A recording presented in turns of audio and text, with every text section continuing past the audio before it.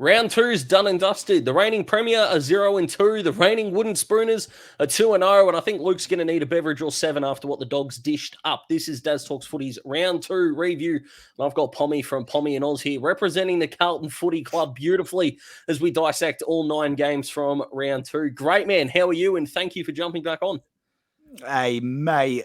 Always good when you start the year undefeated. So it's good. It's 2 years in a row. I've got to round 2 and I haven't tasted defeat, albeit a bit different this year. A draw, but no, it's good. Vibes are high. Icon Park is bouncing, and pretty much Victoria monopolised the top 8, don't they? So it's good all round, really. Yeah, well, you say that, you're spot on. So Sydney up the top of the ladder with a ridiculous percentage, and we'll talk about that. But the rest of the top 8 are all non-Victorian teams, and then we've got 5 interstate teams in a row. We've got Geelong in 14th, which is the only highlight for me as a Hawthorn fan so far this year. Adelaide, Gold Coast, we'll talk about the Doggies, and my Hawks at 18. But, Harley Reid, doesn't he look like a good lad? Out of round 2, mate, we go to buy-sell. So pretty easy. A player that you're buying after this week, whether it's a little bit of their stock, you're liking what they're doing, or you're buying a lot, you're jumping on the bandwagon and declaring them as one of your own. Who are you buying at the end of round 2? It was a tough one, this, but I've got to go with loyalty to PommyInOz brand. I've got to give it to Mateus Philippou. I think sell everything and buy everything that's left. I don't think there's much left between me and Cooper Gretsch, but there's probably about 10% stock. So get on it.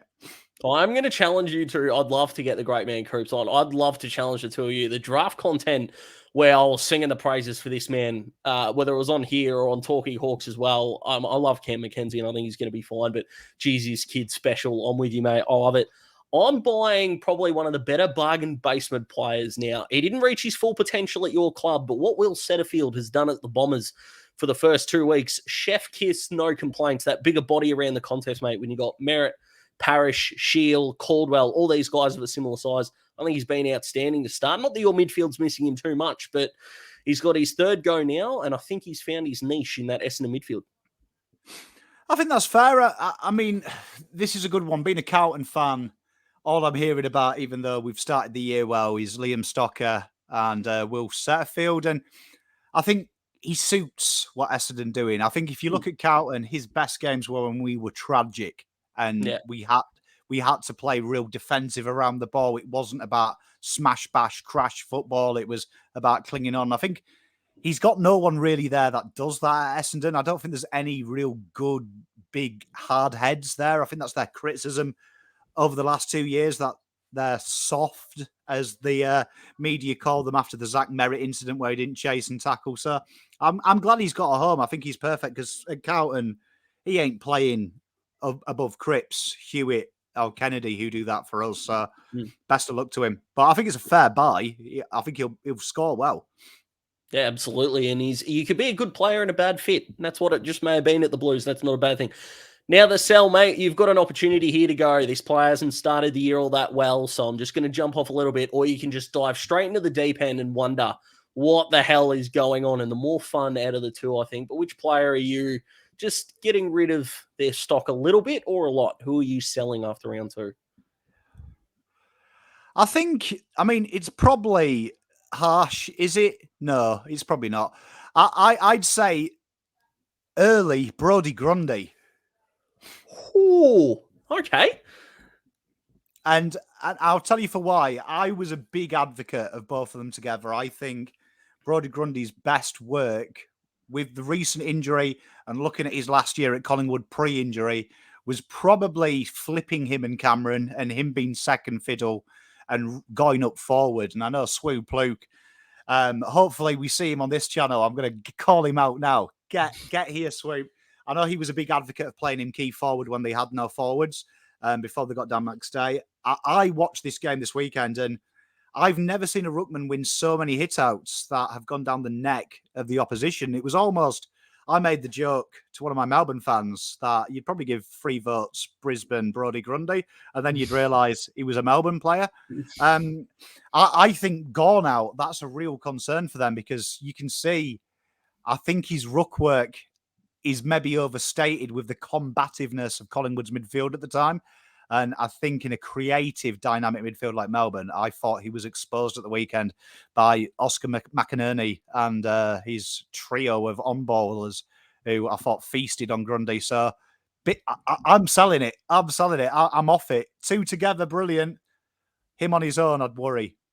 Ooh, I like it. Huge call. Now, in the 2020 draft, mate, now it's undeniable that Errol Goulden is the best player out of that draft, taking a pick 32. But you think of all the tools that went early. So Hawthorn fans have given it a bit. Denver Granger Barris has come a bit of the whipping boy, if you will. We know about Jamara as a number one pick as well. Riley Thilthorpe went at number 2 in that draft, who's kind of getting forgotten about a little bit in Adelaide. Might be the upside of Vic Bias. I'm not selling a whole lot because I still think he's going to be a very good player. Named as the sub for the Crows, didn't really have an impact against a smaller Richmond defensive line. I know key position players take longer and all the excuses that are given to the players from that draft, but I think in a world where Jamara is easy to get into, who kicked a couple of behinds on the weekend, and Denver's easier to dig the heels into, I think he's being forgotten a little bit. I'm a little bit off Riley Thilthorpe, but I hope he can bounce back. Yeah, I mean, he's got the perfect opportunity at Adelaide because, do you know what I mean? They are favouring youth. So, I mean, it's a weird one, isn't it? One to watch because they have previous with young talls. Fissa McCasey, he's retired now, lost the enthusiasm for the game. And hopefully he doesn't go that way, Thilthorpe, because he was real highly touted at the draft, probably more so than Fissa. And he got a lot of kudos here in Victoria. So, best of luck to him, but it's going to be a tough one when you're at the start of your career if you're struggling to get into that side. And if he's a better ruckman, Riley O'Brien, that intrigue becomes more paramount. Let's get into the games though, mate, and we start what feels like a month ago to a very, very happy time for your boys as they get the chocolates over the Cats. You finally hung on in a tight one, mate. Well, I mean, they don't do it easy. You can see why Carlton have had health insurance companies sponsor them over the last 5 years. Maybe that has something to do with the way they play. I'm not saying it's a conspiracy. It could be. But no, it was great to see. I mean, after last week's performance against Richmond, the draw, few criticisms in the press, few criticisms from the fan base as well. I think fair enough because we had this dynamic, quick, progressive game style we saw in 2022, which excited us. Remember, we had Bolton and Teague. So seeing anyone play football was kind of a delight. But that first round was very controlled, and there was all them questions from Carlton fans. Was it a tactic to take away Richmond's inability to score organically? Or was this Carlton's new game style? And we've seen it with coaches' second-year blues at Carlton. But in fairness, they brought it. They were fast. They were quick. There was intent. And they also know how to ride the wave of the final siren, the boys did. They looked very composed in that last 2 minutes, even though they were under duress. So, no, very impressive from the Blues. And how good was it to see two key forwards in a genuine matchup, Charlie and Jeremy Cameron? I don't know where you stand on best players in the game, but I feel like Jeremy Cameron answered the question a little bit in terms of, so he had 25 touches and kicked 6. If you gave every player in the competition 25 disposals in a game, who has the biggest impact? I mean, him and Charlie. I know Charlie didn't have the 25, but my goodness, those two are up there. It would bring back, and I'm not saying this to be snide, mate, but it would bring back memories of yesteryear, more so for you than me, on the key forwards having these actual battles worth the price of admission alone, which this one definitely was. Definitely is. And I thought you answered some great questions because I've been a big advocate of Charlie Curnow being the best player in the comp when he was injured. And those who have followed me on Blue Abroad know that that's something that I was huge on when he came back, saying that he was going to be a superstar last year. There's a famous clip of me saying he'll kick 75 and win the Coleman, which I was laughed out. Some Collingwood fans bet me money and they still haven't paid it. Mason Cox would kick more. So if you are watching this, I'll send my BSB. But I think you saw there that, in my opinion, Charlie Curnow doesn't get the love that Cameron does. 25 touches from Cameron, 6 goals. Charlie had 11 and kicked 5. Do you know what I mean? And arguably could have probably kicked more as well if the midfield looked for him. 2 behinds. One of them was a bit of a shocking behind as well by Charlie's standards.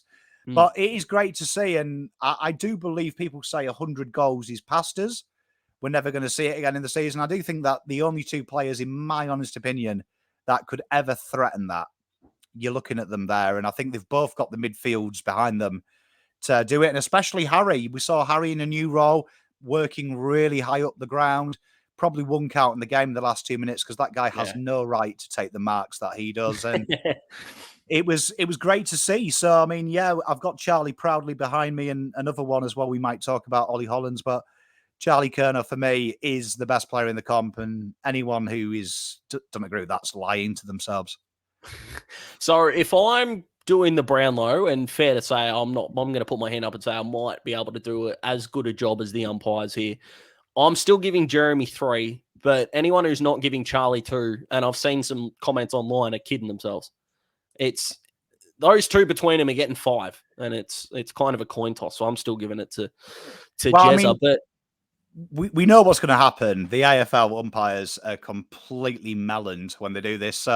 Don't be surprised. This is going to be one of them games that if Cripps returns his Brownlow, Cripps gets 2 votes, and everyone's like, "How? Oh, I didn't have him polling." But remember, forwards have pretty much got to cure world hunger to poll 3 votes with the umpires. Do you know what I mean? There's been some games. I remember the year Max Gawn was favourite to win it. And loads of Melbourne fans were like, "Oh, well, he kicked 4 goals here and had 52 hit outs." So I'm like, umpires will have not noticed any of the goals, but they will have noticed Jack Viney having 22 touches under their nose and handballing it out, and he'll probably poll 3. So it's one of them bizarre things. The Brownlow isn't the best player. The Brownlow is the guy that brought the apples to the umpire's end of the game. I reckon they'll get 9 coaches' votes each. So there you go. We'll just leave it at that. If you watch the coaching votes and then look at the Brownlow, it could be a different game. Honestly, I'd agree with that. The amount of my mates who text me and go, "Oh, there's some money here to be made on Sportsbet. $9.50. Took Miller 3 votes versus Brisbane. He had 40." And then you're like, what happened? He had 10 coaches' votes. What happened? Yeah, that's true. Now, we talked about one Kerno. Can we talk about the other? Big Ed was elite. Outstanding, I thought he was. Roll back the years. Carlton deployed him as kind of a forward half tagger round 1 against Liam Baker, which didn't really work. And then they put him on Danny Rioli and maybe a little bit too much space and pace. Yeah, and then it really didn't work, yeah. But then they put him on Prestia 4th quarter, which was probably one of my biggest annoyances because by that stage, he'd gift-fed Tim Taranto about 22 touches, and he was a handful that first half. Ed Kerner, though, on the ball, no George Hewitt. What we love to see from Ed because he's hard-working, and unfortunately for Geelong, he made the elevator and they couldn't find space in it. So he's impressive and probably the best moment of the round. People can come at me for this. Ed to Charlie playing on from the mark and 2-step, nice little banana through the post, and then seeing the only time Charlie Kerner had anyone bump him when Ed bumped him back in the celebration. Yeah, he did. Just quickly before we move on from this game, the reaction that we should be worried about the Cats, and by we, I mean, I don't know, Geelong fans or the media that probably chucked too many dollars on them to win the flag. Do you think this is just a little bit of reigning premiers rust? Clearly Hawkins and Dangerfield aren't fit. I think anyone who discredits them are the same people when we come on to Collingwood who said that Collingwood wouldn't be top 4 this year. Mental people jumped off Collingwood. And Geelong, mental if you jump off them. They're missing Tom Stewart, who in my opinion is the best defender at intercepting and creating score launches in the competition by Flemington. Big miss. They had to play this game with no Jack Henry, no Collar Jasny. That's tough because they're quite big, cumbersome defenders. They've got a few injuries there. Once them players come back, tell you what, Geelong are a well-oiled machine. If you're Gold Coast, maybe stick to rugby this week. We'll talk about them in a sec, but I'm with you. I don't think we discredit the Cats. And this isn't gambling advice and gamble responsibly, but I reckon the Cats could be a juicy price premiership once we hit the bye. Kind of like last year. I think they ballooned out to about $6.50 last year at the bye, and we know what happened from there. But a really good win by the Blues, maybe a coming-of-age win there. Let's move on to, a power outage nearly costing Brisbane 2 weeks in a row. They get the job done over the D's. We'll talk about the lights going out in a second, mate. For 3 quarters, everyone, including me, that was a buyer of Brisbane this year, felt genuinely vindicated as they beat Melbourne up around the footy, which is something you can't say of the D's the last 2 years. But you can't do. You can't do. And that, I mean, that's fair enough. I mean, that's fair enough. I'd love to have seen that game. We've gone, though, for the full 4 quarters. Like, not discrediting Brisbane. Wonderful side. Our worthy top 4 side. That when you've bought Dunkley and you've managed to manipulate the draft to get Fletcher and Ashcroft, you should be pretty good with the team you've got. However, I will say, going there, Melbourne looked impotent for 90% of that game. And it was a bit, you could see that was a huge structural thing. Brodie Grundy having 45 hitouts, part of the reason that I've sold my stock on him, because that is shocking that if you gave 45 hitouts to Gone, that clearances wouldn't be 60-32, it would be the other way. And you could see Grundy had no idea how to hit out to his midfield. And half the time it was to Lockie Neal out the back, which I'm sure Goodwin will enjoy. But fair play to Brisbane. Do you know what I mean? You can only beat what's in front of you and can't discredit them. If the lights didn't go out, that could have been one of the worst things we've seen with our 2 eyes, I reckon. That would have been horrible. Yeah, absolutely. And Will Ashcroft, 31 touches. I mean, there were people that were selling stock on this kid after round 1. Genuinely stupid. Thought he was great. As a Hawthorn fan, I haven't seen Jack Gunston kick that poorly at goal, and they've still kicked accurately for the game. Eric Hipwood, I think, took 6 marks, but didn't hit the scoreboard as well. I think this was the perfect game for Brisbane, but the lights going out, mate, it reminded me of Waverley. I wasn't there, obviously, but the MCG scoreboard was on fire in 1999, and now we've seen this at the Gabba. Simply remarkable. The crowd singing John Denver, which was awesome for Charlie Cameron's goal celebration. I think they rocked out some Sweet Caroline, as I think everyone's done in a pub once in their life. Do you agree with Chris Fagan saying that Melbourne got an unfair advantage for the extra warm-up time that they allegedly got, and with the fact that they were able to keep playing on with that much time left? Is Fagan going to complain that? Is Fagan going to flip it and say that he had an unfair advantage that Max Gawn went down second bounce? I mean, like you could. I mean, do you know what I mean? Do you know what I mean? It's not fair. I'm here and not on Fox Footy. Do you know what I mean? Like, where do we stop? Where do we stop the lines? Ridiculous. Honestly, I do worry about some of the coaches in this league. Beveridge is one of them who I remember, I think it was on your preview. Sure. I said that Beveridge might be the first to go. Might have been this year. It was one of them. I remember Beveridge was high up on my list. He started to lose the plot in the press last year, which is always an ominous sign. Yeah. Fagan's under pressure. That statement there, if he'd lost this 0-2, the press were going to come for him. He knew it. And you could see, I felt a little bit of vulnerability from the man that's just been given a contract extension. But I mean, he should be saying that. What that told me is Goodwin drilled his troops. Goodwin drilled them and had the extra 30, 45 minutes needed to get them to have some kind of structure around the ball. And Grundy did hit out pretty well after that, after the lights were out. So shame, because that game, it did have a sense Melbourne were going to steal it. And I think that is an ominous sign. We talked about Geelong being ominous. Ominous sign, that last 10 minutes from Melbourne, that they're going to have now a week to get Grundy prepped to their structure. I'd be worried, because I think Grundy will be fine from this week, but there will be a question mark on his ability to do it for 99% of the game. Yeah. I think this game was the game of coaches' excuses. Simon Goodwin claiming that they don't play on cricket pitches, so they would... the Melbourne struggles with that was just, in my opinion, a crock of shit. You just got beaten in contested ball. You got beaten in clearances. I think you just got to live with it. And whoever's playing Melbourne next week, I haven't checked the fixture yet. Holy moly, they're in for a tough ride. But a good win for the Lions, and should have got a bit of a better percentage boost, but we'll only know what happens with that in July, August, as we get there. Do you think Goodwin's aware that the MCG is a cricket pitch? Like the GC in its name gives it away. Do you know what I mean? Yeah, I'm not sure, mate. But speaking of the MCG, geez, didn't we see Collingwood just take apart Port Adelaide? I mean, my goodness, I listened to the first half of this game on the radio, watched the second half of it in full, and I know you're a Carlton man, and it's going to be hard for you to say this, mate, but anyone who doesn't think this isn't the most watchable team in the league is kidding themselves, in my opinion. They are so good to watch. On my own show, PommyInOz, we try and stay as neutral as we can because we cover all teams. And Collingwood, yes, it's easy for me to hate them, and it's very easy for me to say, oh, they're rubbish, they got lucky. I've heard all the excuses. Media with Collingwood, nothing short of a disgrace, because last season they panned Collingwood like Carlton for every little thing we didn't do that the other sides did, even though we were playing good footy. Big criticisms of Collingwood were probably two of the most, I would say, most sporting stupid things I've ever. Like, I would expect a toddler to come up with these two gambits, and that was they don't win contested ball or clearances, and the other one was winning games by tight margins isn't sustainable, which in every other sport is a sign of a champion side. The close wins, the abilities to be backs to the wall and win it.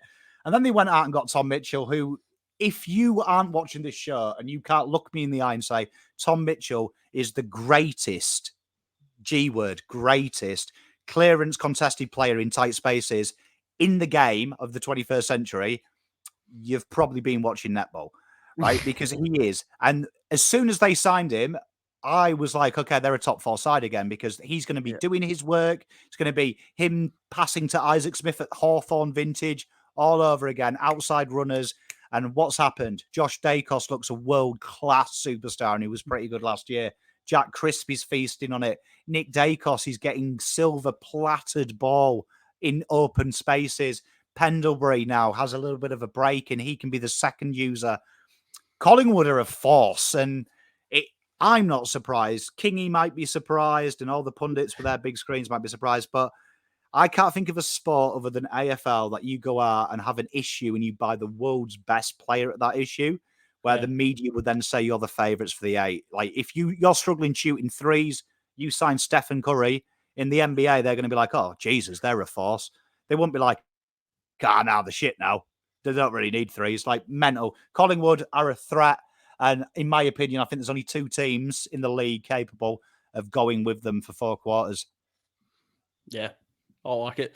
But what's so remarkable with me about the Pies is for every guy that looks, what I'd say, social media worthy. So you think every time Nick Dacos does something, it's on Facebook and Twitter. Every time Josh Dacos does something, it's on Facebook and Twitter. Darcy Moore does something courageous, it's on Facebook and Twitter. Bobby Hill, Jamie Elliott, the list Jordan De Goey, the list goes on and on and on. For all of those players for the Pies, they have an equal amount of blokes that do the little things that never get featured. I'm talking your Isaac Quaynors, your Mitchell, like you said, even still side bottom now, who doesn't have to be the best winger in the comp because the bloke wearing the number 7 just might be. Johnny Noble has had an outstanding start to this year. I know Will Hoskin-Elliott had a terrible first quarter last week, but he bounced back from that. Bo McCreary, the list goes on and on and on. They're the perfect blend of sexy and hardworking. It's just... And you know what sucks, man? And you'll agree to this, I think. It sucks that it's Collingwood. But at the same time, with no, and I said this last week, there's no Bucks and there's no Mick and there's no Eddie. It kind of feels like a fresh Collingwood. Still easy to hate, but even easier to enjoy. We don't have to like them. We don't have to love them as a footy club. But if you're sitting as a neutral on the couch, you're watching them when they're on. They're that good. And it sucks. I hate it. But it's also great.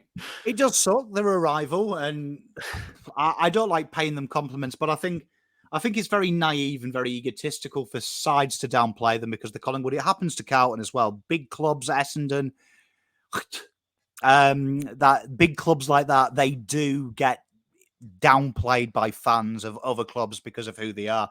But let's be honest, let's look at real numbers. 63 points from stoppage clearance. Evidently, that was why they were never going to win a flag. Do you know what I mean? Their biggest, largest margin in contested possessions. And like you say, I think Melbourne, Carlton and Collingwood are 3 of the best lists in the league, and all had varying results. Melbourne, you'd maybe say, have underachieved with their list. If they win it this year, I think we all agree that they haven't.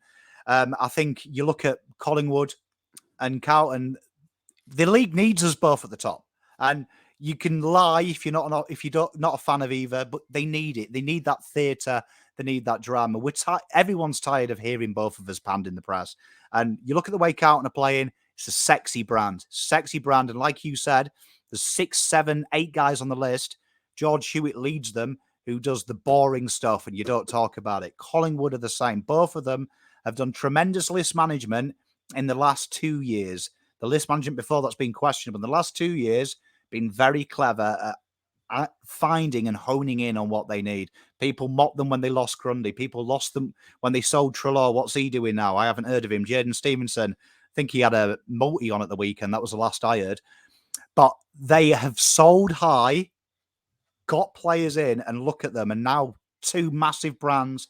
You're going to hear about Collingwood and Carlton, get used to it for a long time. McRae versus Foss, 150 plus years of hatred between us. You're looking at the 2 top sides for the next 5 years in the league.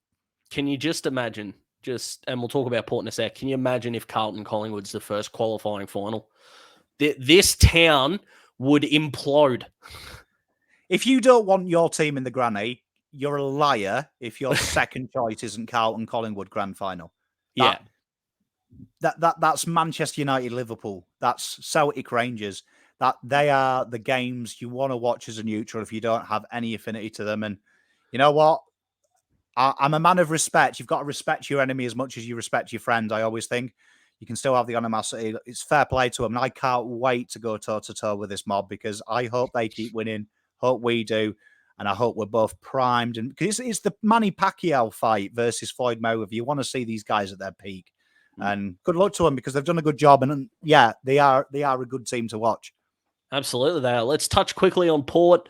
Not a lot of winners across the ground, but Ken's sugar hit from last week has run out, and I think they're perfectly neutral after 2 games to what they did to Brisbane and what they did to Collingwood. I feel like they're not this performance, and I don't think they're Brisbane's performance either. They're somewhere in the middle. How do you see the boys from Alberton? I'm quite bullish on them, but I mean, I know that Travis Boak isn't fully fit as of yet, and he was a sub, but I thought Boak is the kind of player you need in this game.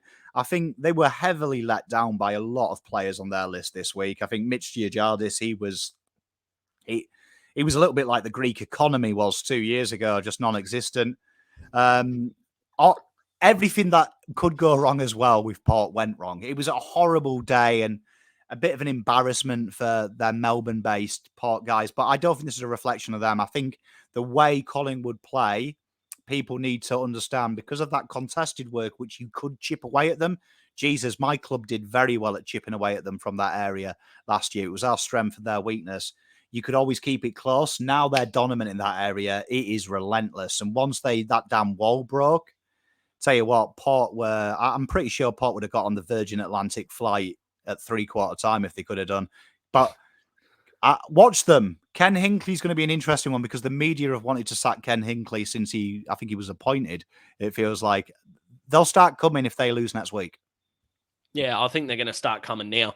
But I know why they're chasing Ben Mackay. My God, they need a key defender in a big, big way. But Collingwood, absolutely fantastic. Now, I've got to confess, with the Adelaide-Richmond game, again, I watched this with the beautiful feral that is my better half. Halfway through this second quarter, I think it was Tom Lynch converted, and they were up 47. I just looked at her and I went, if it wasn't your team, I'd turn this off.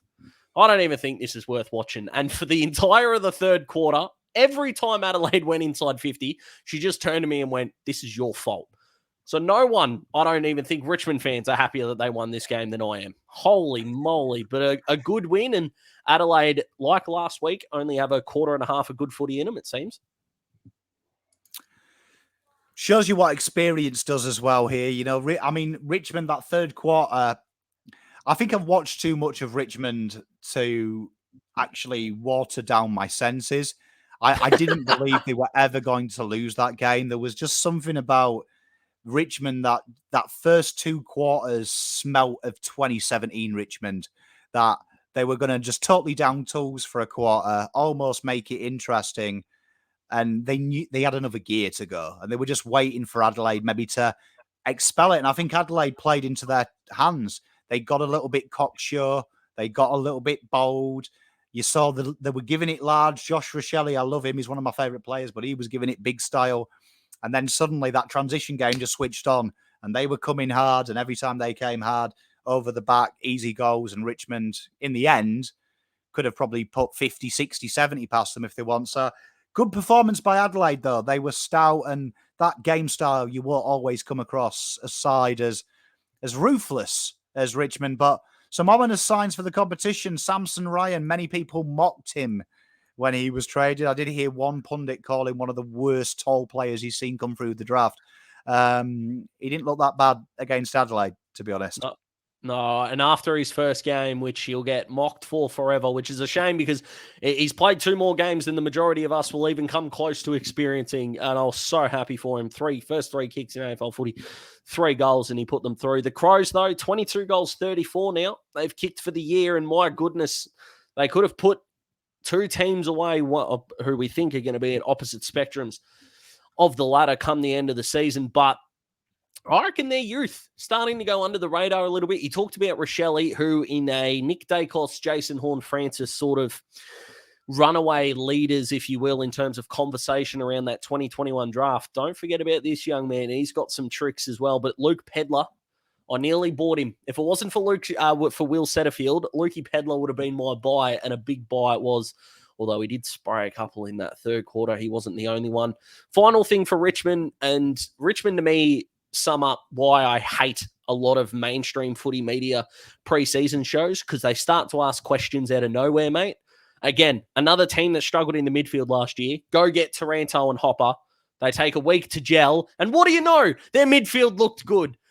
Who saw this coming, apart from everyone with eyes and brain cells and the ability to understand common sense? Bizarre. Richmond, again, they fall in that big 4 category. So, like, Richmond could cure COVID, and people would say, well, I'll still get a cold. Do you know what I mean? That's how the Hasn't AFL that media just work. been the entire pandemic, though? Not to get political. But I'm pretty sure it's just... A lot of talking points for Richmond. I mean, like, Samson Ryan, short looked good. Obviously, the sling tackle, we don't want to see that from Broad, but big shout out to Lachlan Shaw, though. I don't know if there's any Crows fans watching. Lachlan Shaw, he's been doing that in Sanford week in, week out. I know a lot of you messaged me on PommyInOz when I was doing the trade wrap of, do you think we'll lose him? And I was like, well, we're looking for a winger. I wouldn't mind a little bit of Sholey. But he was superb as well, thrown in last minute. So both sides will be all right. But you know what? Be ominous about Richmond. People have slept on Richmond for too long. And it's been worded that Carlton were trash. That's kind of been the excuse. Richmond don't look very good. Carlton nearly beat them. Remember, we are a top 8 side. Like, we had a bad run with injuries and imploded a bit because we got a bit weak. But we're still a pretty good football side around the contest, and they matched us and beat us in that avenue. It needs to be worth noting from it. So Richmond will be all right, and I reckon we've talked about 3 of the top 4 so far, so Richmond will be there. Dusty getting subbed out. What a storyline that'll be throughout the day. Speaking of storylines, Ross the Boss has got the Saints looking sharp. Mateus Philippou, 3 goals. Your man, the man you bought after this week, and I do not blame you. Looked good. What I'm loving about the Saints, we like to start with positivity in these game reviews, mate. Their team defense at the moment, and it's what Ross Lyon brings to the table, I know, has surprised even me. I think their defense needs an almighty leg up. Yes, the Dogs kicked inaccurately. Freo didn't kick a lot last week either, but their midfielders and wingers' ability to drop back if they turn the ball over, I think it's honestly been second to maybe none in the competition so far. Well, I mean, what's amazing is they restricted them to the lowest inside 50s since 2003, and like, some people have to Google if the Bulldogs played football in the early noughties. Let's be honest. I mean, they were that irrelevant. Back when Luke Darcy threw a Brownlow party for himself and didn't come top 5. Yeah, do you know what I mean? Like, people still called them Footscray at that point. Do you know what I mean? They were confused. So, I mean, let's be honest, though, about Ross. Credit to him, right? He was cold, boring, and mundane, right? Yeah. What is amazing is that their injury list rivals day 2 of the Battle of the Somme at the moment, right? It is huge. Yeah. It is huge. And I'm allowed to make that joke. I'm English, so. But you look at it, it is insane. Do you know what I mean? It is insane. That injury list, if that was anyone else, you would say if you lose by 100, fair play, and that's probably any team in the league. But what he does so well is straight away, and I watch a lot of Saints, my beautiful wife, our 9-year anniversary today, but it's her team, Saints. She's a massive Saints girl. Is that he's a ruthless in the basics. And you look at Saints, how they set up with the ball, without the ball, They are regimented. It's why Stocker looks so good. He has clear instructions. But what's not talked about is everyone's like, oh, what can Ross do different? The way they generate ball in their back half is what I used to watch Ratton coach and go, why don't you get Sinclair being your main guy? He gets a lot of the ball, but he doesn't do anything with it under Ratton. Now he gets a lot of the ball and he is almost like prime Rance, picking passes where they need to be, threading it through, and they look a real force. And you've got to remember, Membry and Max King have got to go back into this side, and they're kicking winning scores with a guy that was not drafted 2 months ago, and Josh Battle trying to pretend he's Lockett. So they're a threat. I tell you, they're a threat. They have lost Jack Steele, though. It's going to make that midfield harder. But I tell you what, Ross, he can coach, and you've got to give him that. Absolutely, and I'll tell you what, the teams lining up for Nazaya Wang and Ian Miller are in those ball skills off the half-back line. St Kilda would want to lock him down pretty quickly. Let's move on to the doggies, mate. I can't say I'm the biggest Luke Beveridge fan, so I'm not a big sympathizer for a guy who can't actually narrow down. He had a 4-week plan once, and they won a flag, and it hasn't looked like they've had a 4-week plan since, let alone a season-long one. This is bad. This is genuinely bad. Good teams. We talked about Carlton having to respond after the draw. Brisbane had to respond after what they did against Port. And Bulldogs took another step back. Their forward line, their midfield looked terrible. Jack McRae played 34% of the game in the forward line, for crying out loud. And their team defense, I don't care who you put. You could put prime Alex Rance and Matty Scarlett back there, and their defense looks abhorrent. I think the big thing, right, and this is what really annoys me about the Dogs, and it absolutely winds me up about the Dogs, is everyone remembers, and we all do, that 2016 flag. It was cool, wasn't it? You know, Bob Murphy getting the medal off Beveridge.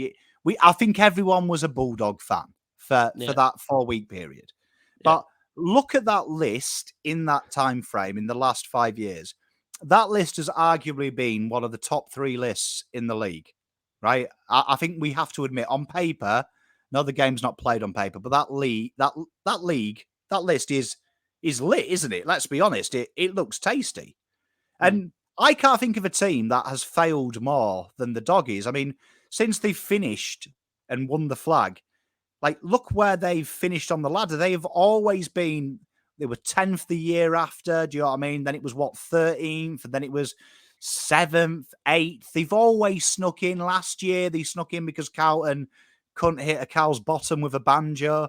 Like that, he's got lucky, and Beveridge goes under the radar. And like, the only win Beveridge has had really of relevance in the last 5 years, which I would count as a loss, was that interaction he had with Tom Morris.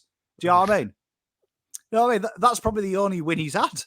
Like, and have you met a coach who blames the most? We laughed at Goodwin saying we don't play on cricket pitches, forgetting the MCGs.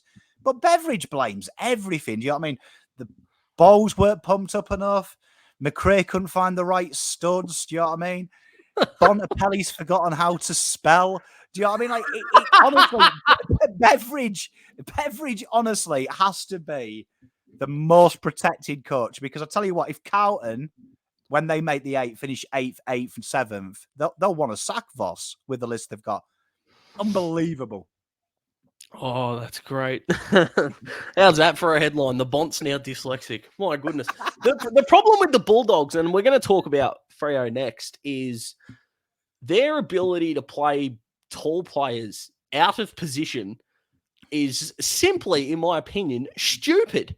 Sam Darcy's a centre-half back. Under 18s, he was a centre-half back. Play him at centre-half back. Josh Bruce at St Kilda and at the Dogs was a forward before his ACL. Play him forward. Jamara, in my opinion, needs to be their Jeremy Cameron. He needs to be up the ground. He just does. He can't be your contested player inside 50. Now, sure, he needs to work on his goal kicking. He's like 20 years old. That's not the problem. He needs an aerobic tank, and he needs to be getting the ball anywhere from 30 to 80 meters out from goal, getting it 15 to 20 times a game, delivering it inside 50 or over the umpire's hat. If he's standing at the top of the goal square, and Jezza is kind of the same. Sorry, Cats fans, but look at where he kicked his goals from on the weekend. if he's got a bloke on his shoulder and the ball is in the air, he ain't marking it. He's just not. And I don't think it's his fault. Why are they playing their key for? Aaron Norton came, fourth in their best and fairest as a defender? Now, I think he's a gun forward, and that's, they've gotten lucky with that one. But none of the rest of their tools are playing in the right spot. I don't understand. I know Australian press don't like sacking coaches, but to me, when you look at that side, you look at that list, you look at the side that played St Kilda, if you close your eyes and made a prediction pre-game, you would say Doggies win that by 4 or 5 goals. Yeah. Do you know what I mean? Bontempelli is arguably one of the most dynamic players in the competition, easily best 10. Jack McRae, see what I said about Tom Mitchell, the guy's a jet. Caleb Daniel running off halfback, or if it's in the forward pocket now where Beveridge plays him. Alex Keefe, do you know what I mean? Ed Richards is a solid footballer. Liam Jones was one of the more dynamic intercept defenders we saw when he was at Carlton. That list is a disaster when it plays there. Like, I always think if the other coach had that team, if Ross had that team, Ross would have destroyed St Kilda. It would have been about 60 points, and it would be like 60 points more than it was the other way. That team is lit, and I can't believe anyone at the kennel is still pro Beveridge. I think that is a very disappointing. Them players are getting older now as well. Do you know what I mean? That their peak is starting to come and go. It's time for a change. If you gave that team to a Caracella, you can't tell me Caracella with his ideas of being too offensive. That's exactly what the Doggies need. Yeah, I think he'd do a great job. Like Adam Uze as well. There's another one that can come into the foray, but it boggles the mind. It really, really does. How you lose Dunkley and Hunter and you still don't know what's happening with your midfield mix is extraordinary to me. But take nothing away from the Saints. They were awesome. Speaking of awesome, I watched Clarko come and go. He was the only coach I really associated with when I started following the Hawks religiously. He's gone to North, and look what happens when you've got a senior coach in the mix. They can defend well. Nick Larkey's kicked 10 goals. I think he's leading the Coleman at this point in time, but Freo still can't score. We'll talk about the controversy later. We'll finish it with that. Fremantle cannot score. Brennan Cox forward looked okay, but Justin Longmuir, you cannot build a game now from your back half forward. It can't work. It's not working. It's not working for Freo. It's not working for the Bulldogs. It's not working for Hawthorn. Hasn't worked for Adelaide for the last 3 years, although that's improving. I'm worried without panicking about the Dockers, but they're going to be nothing if their forward 50 is not great. Why they dropped Josh Tracy, I've got no idea. JL, I love him. I think he's one of the nicest coaches you ever hear talk. Like, he's a nice guy, but he gives me Brendan Bolton vibes, 2016 at Carlton, where he's really nice and you're like, I hope he does well. But he sets his sides up not to get battered. And so kind of every result is a Fugazi, in my opinion. Because again, see what I said about the Dockers. This is probably one of the more talented young midfield cores in the league. You look at their backline, it's beautifully gifted as well. Like, people slate it. Look at them players individually. Griffin Logue evidently wasn't good enough to play in there. You've got Clarkson saying that he reminds him of a young Gibbons, and he's got Gibson, he's going to play him that way. And you look at him at North and you're like, oh, Jesus. When he goes forward and he takes the game on, he looks pretty tasty. They're in a world of strife because it's all well and good not being able to score and being hard to score against, but you can't dine out on that. And a good team, tell you what, you play Collingwood against Fremantle, they could encroach the scores that Gold Coast used to face the first years of being in here. Collingwood will tear that side apart. Carlton will tear that side apart. Any side that's offensive, Fremantle are in a world of hurt. And let's be honest, when you're leading the line with Cox, you've got big issues, haven't you, man? You've got big issues, do you know what I mean? And whoever putting that 5 forward as well, round one, mental. Everything's going wrong at Fremantle. They could be bottom 4. Yeah, well, I'm not going that far just yet. Bottom 4, my goodness. But I am with you. I think when you look at and the NFL, I think, is a fantastic way to compare where sport is at the moment. Defensive coaches aren't working. And you might say Ross is an offensive coach. Look at the scores that St Kilda have been able to generate from their back half. and then you can go from there. They're not generating scores from their back half, the Dockers, and it's as simple as that. They can defend, again, 72 to 73. They concede 73 points. You're thinking that's a good defensive effort, and they're doing nothing with it. Michael Walters' career is probably at a crossroad, and I think he's going to be the first Indigenous AFL coach. I think Mark Williams actually might be Indigenous. I might have got that wrong, but I think he's going to be an outstanding coach with his footy brain. But I'm not sure where his footy's at. You got guys like Sam Switkowski, Lockie Schultz, good players, but they can't be your leading goal kickers. They need to be at the feet of your Tracy, Amiss, Tabernar, who, by the way, speaking of blokes whose footy's at a crossroad, Matt Tabernar is in that category. Freo in a world of pain for mine. But a quick question for you, mate, out of this game. The 2017 draft, both Andrew Brayshaw and Luke Davies-Uniacke were top 5 picks, Brayshaw being 2 and Luke Davies-Uniacke being 4. If you could have one for the next 10 years, not at Carlton because your midfield's good, but say in Tassie, you could have one of them for the next 10 years. Who do you take out of those two?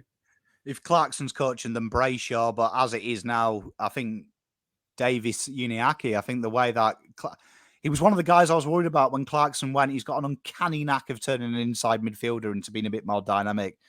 Last year, he was pretty good without him. Now Clarkson's there. You can see this Clarkson effect on him. He looks like he's 10 men. He looks like he can take the game on. Everything looks good.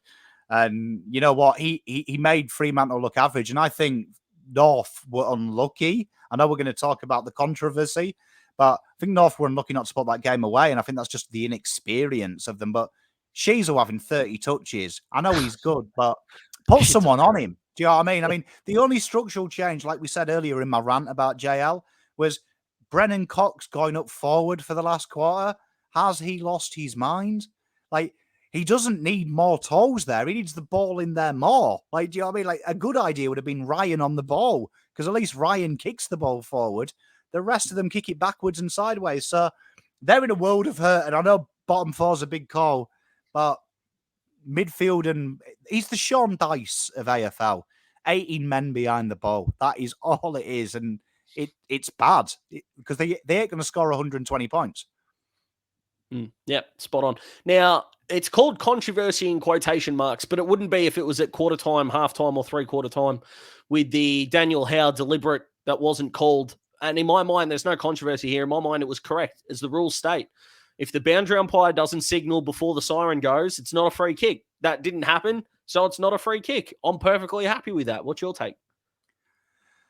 Well, I mean, it's when the umpire hears it, isn't it? The official rule from memory. A long time since I've read the AFL book. So the siren's for the umpire's benefit, not for our benefit, which is a bizarre. Let's just put that out there. Truly bizarre. Do you know what I mean? Like, you play an air raid siren and the umpire could take a phone call from his wife and play the game for 10 hours if he wanted to.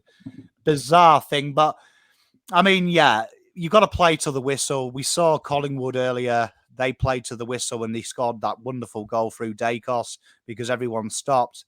Do you know what I mean? It's unfortunate, but let's be honest. Everyone wanted North to win. Move on. Yeah, I'm with you. Totally. Speaking of moving on. Sydney are very good. We made Joel Amartey look like prime Bud. Can we just move on from that? Do we have to talk about this? Well, I mean, the big one for you guys was the most Sam Mitchell thing I've seen out of you guys the last couple of weeks is your inaccuracy around your field kicking.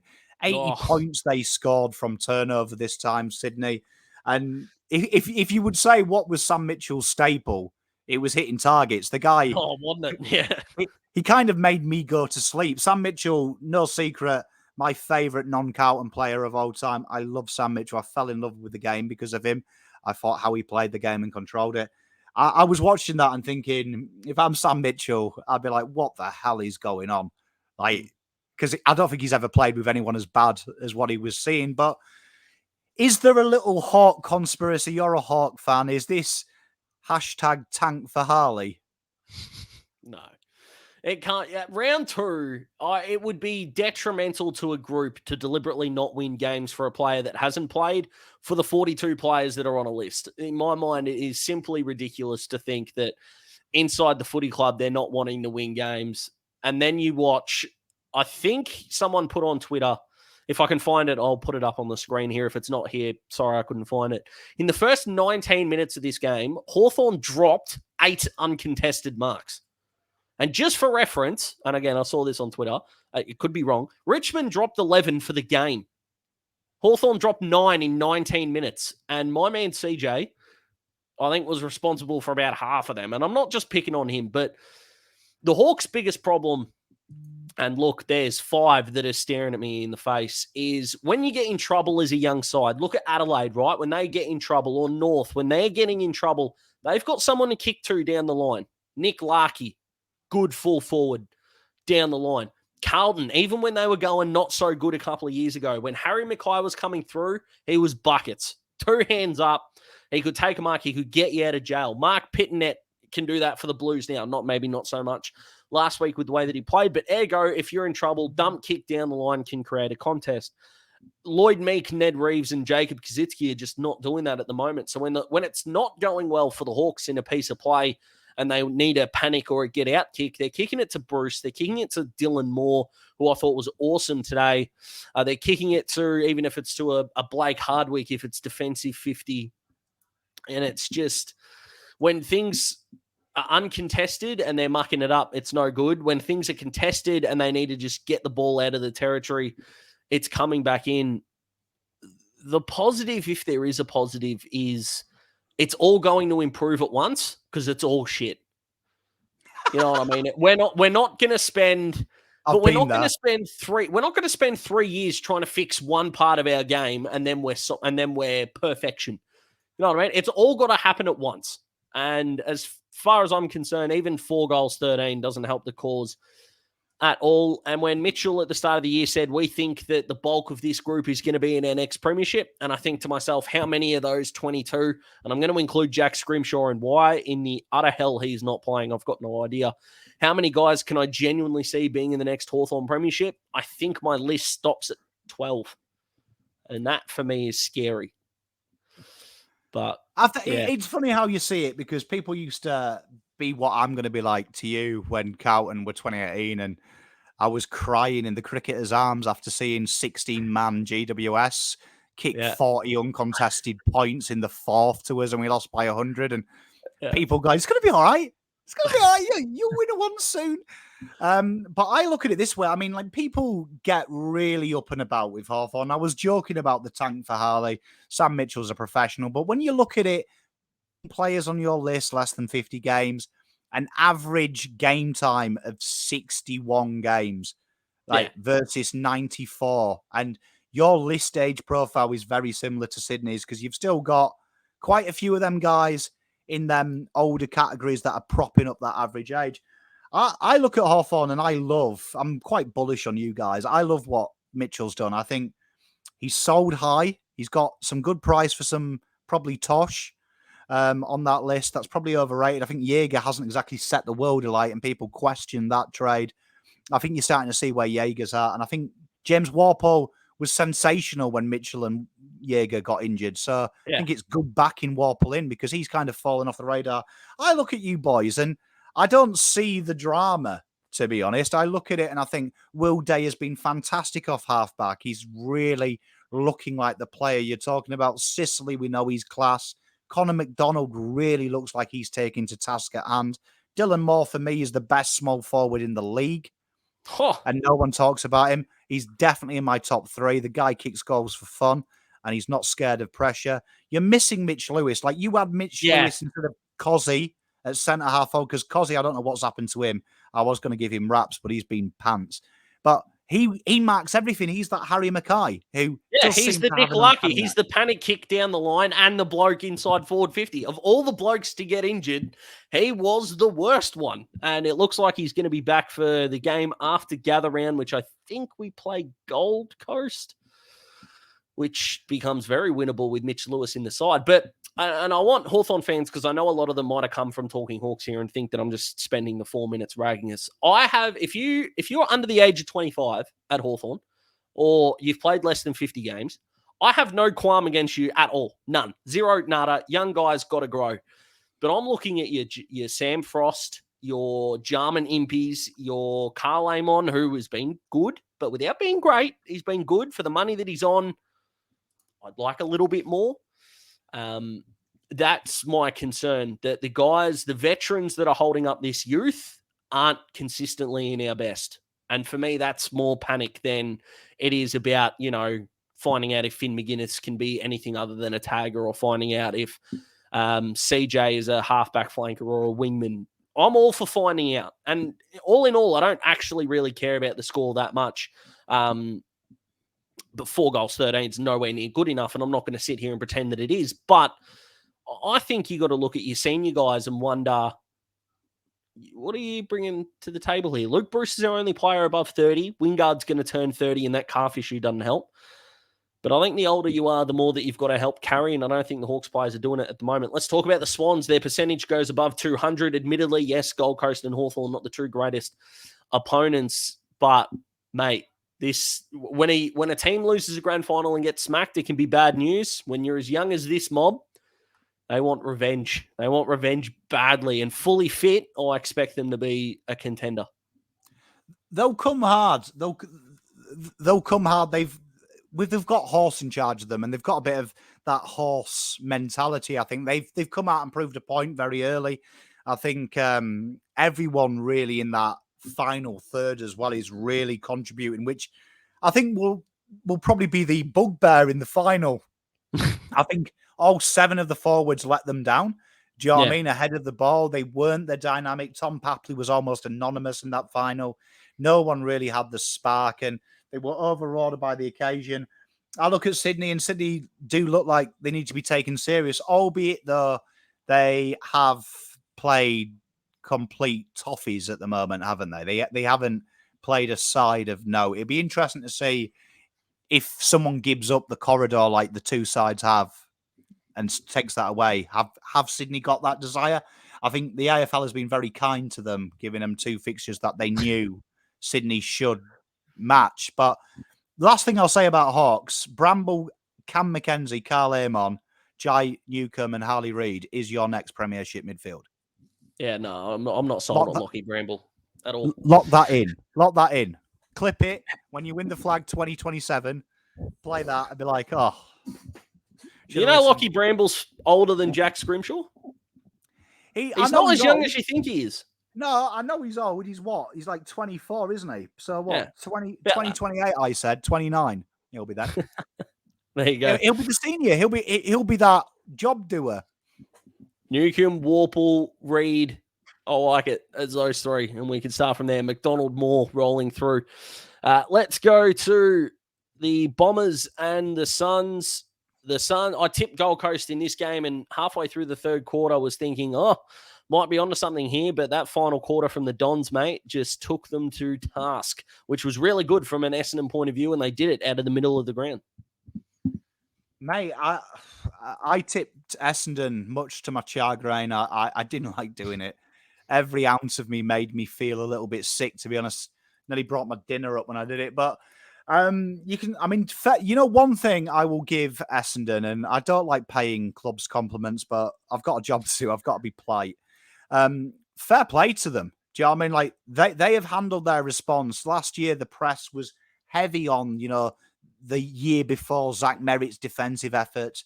And I'll be honest, I remember playing them in that Carlton versus Essendon game, and they did that big thing. They brought Hurd back. They brought everyone back. It was like a scene out of Star Wars.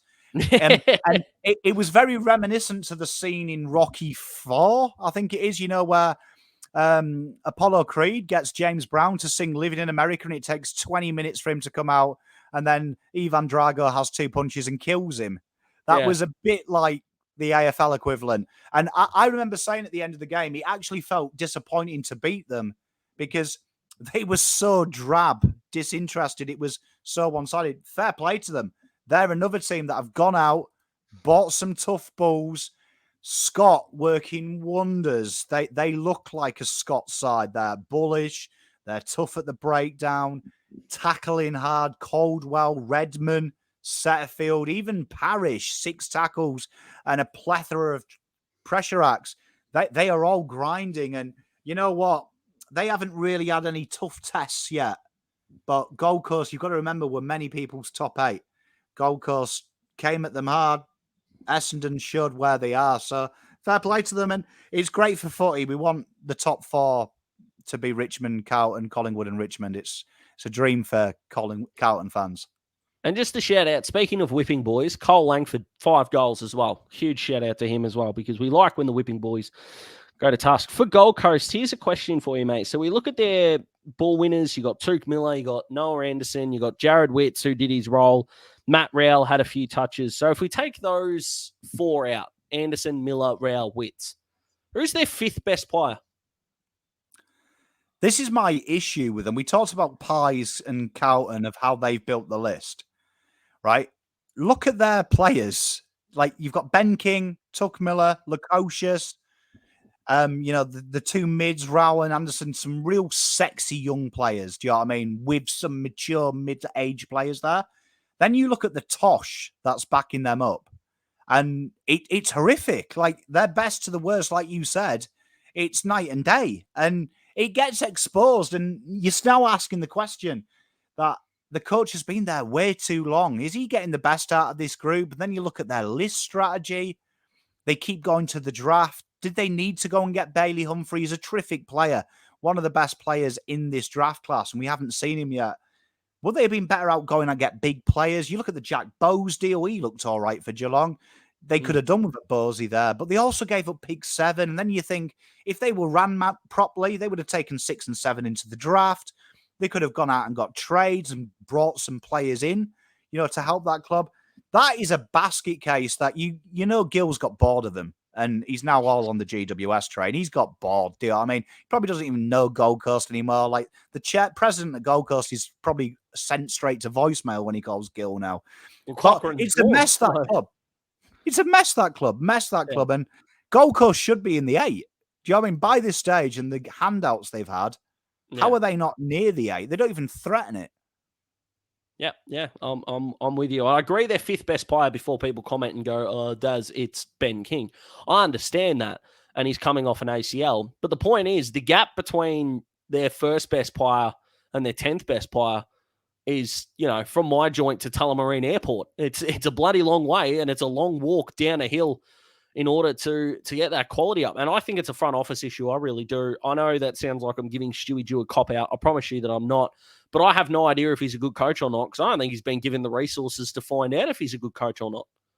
That's just my opinion. It could be wrong, but if someone told me 5 years from now he's coaching another team in a final, I would believe you wholeheartedly. So, mate, I think it's definitely a front office issue. I'd say this: Lockie Weller, God love him, good player, but Lockie Weller's Jack Noons. He's your 6 out of 10 every week player that should chip in. He shouldn't be constantly in your best 3. And I agree with what you're saying. Ben King injured. Okay, Jack Lukosius. What are they doing with Lukosius? He was drafted as a forward. He played off halfback. Then he was a winger. Now he's a forward again. Do you know what I mean? There's rumours that if Jared Witts goes down, he'll probably play in the ruck. Do you know what I mean? Like, what is going on as well with their development of the players? It's a bizarre pickle. And I feel sorry for Gold Coast because, like, you want them to do well, don't you? I wouldn't say they're my second team, but they're a team that you're hoping for because you're now at the stage where you feel bad for them. Yeah, I mean, I'm kind of at the I feel bad from a negative point of view because I was positive last year.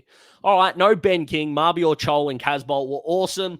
Yeah, full of positivity. I hope they could do well. 2 weeks in, and I'm like, this is your own fault now, and I can't stand it. But credit to the Bombers. They were outstanding. Speaking of outstanding, who would have thought? West Coast went out. They chipped the ball around. They were nonsensical last week, and they thought, what should we do? I know. Put our quicker player to the half-back line in Jermaine Jones. He picks up 27 touches. They look good off half-back. Darling and Allen were good, and they get a win. The game's not this complicated, Pommy. My goodness. It's not a hard game. It's made complex. It's like back in my days as a professional golfer and doing golf coaching. I always used to say this story when people complicated it.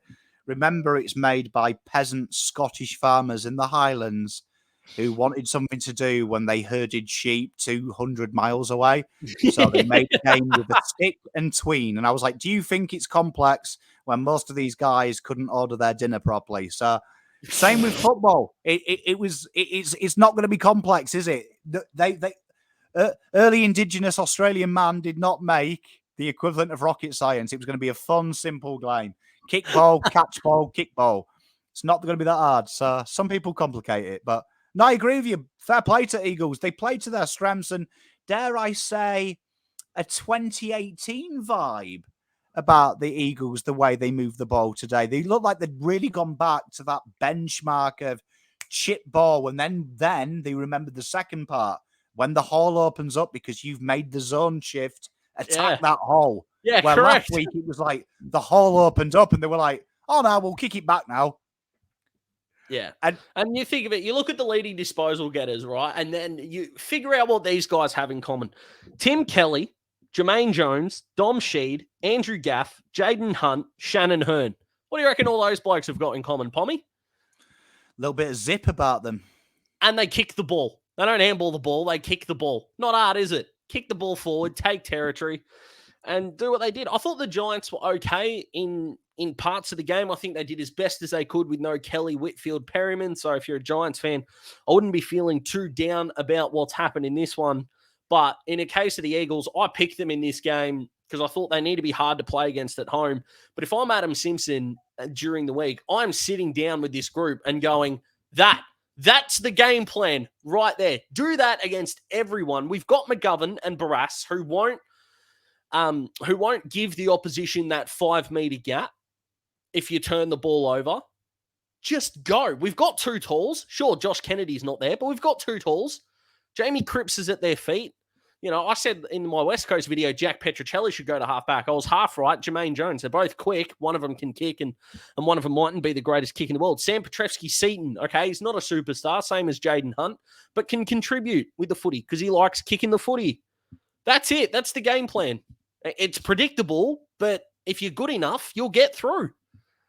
And I think the big thing as well is, like, you look at them defensively. People are talking about they've gone from 100 and I think it was 102 points. They were worse last year, most goals, most points conceded, to about 62 this year, which makes them pretty good. And I think the big thing that's changed is they get the ball out of that hot zone with a bit of pace. And I think that's the thing that Simo's been guilty of the last 2 years. See what I said about Longmuir. I felt last year they were clinging on. They set up not to get battered.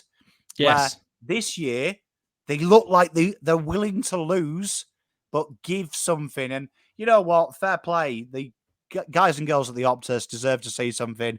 But this also asks questions. We talked about Beveridge and the most talented list to do, Sweet FA. GWS must be close as well. Do you know what I mean? That list has gone through that many changes. It could almost be a 90s pop band. Yeah, I mean, I like Adam Kingsley. I like what he's doing. And yeah, the battle of the... I think both sides got everything they needed to get out of this game, in all honesty. I hope we see Aaron Cadman. I hope we do. I think Jesse Hogan could have really had a big game in this one. He left some scores on the table. But all in all, well done to Adam Simpson and well done to the Eagles. But most importantly, mate, well done to you. Thank you so much for jumping on and discussing all the round 2 games. Let the beautiful people know where they can find you and your content, my friend, and then we'll get out of here.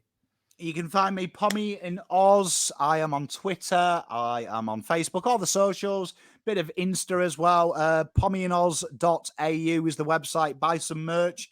It's really sick. My wife designs it. And yeah, come and say hi on PommyInOz. We talk all the AFL clubs, but if you're a Carlton fan, you'll know me from Blue Abroad with my good mate and sexier version of me in Terry Degani. So come and say hey, come and heckle me. We just love chatting footy and having a bit of a crack while we do it as well. Absolutely. Hope we can jump on when the Hawks play, mate, because if you need a punching bag, I can be sponsored by Spalding during that episode. My goodness me. Thanks so much for jumping on, mate. And to everyone here, like the video. If you like the video, subscribe to join the Daz Talks Footy family. We want to be hitting that 1K sub mark as quickly as possible. More stuff to come throughout the week. And also, mate, don't know if you know this, you can catch Daz Talks Footy on TikTok as well. You can get shortened content and exclusive content not seen on YouTube coming to TikTok as well, so you can check that out. And until next time, enjoy your working week, and we will see you very, very soon.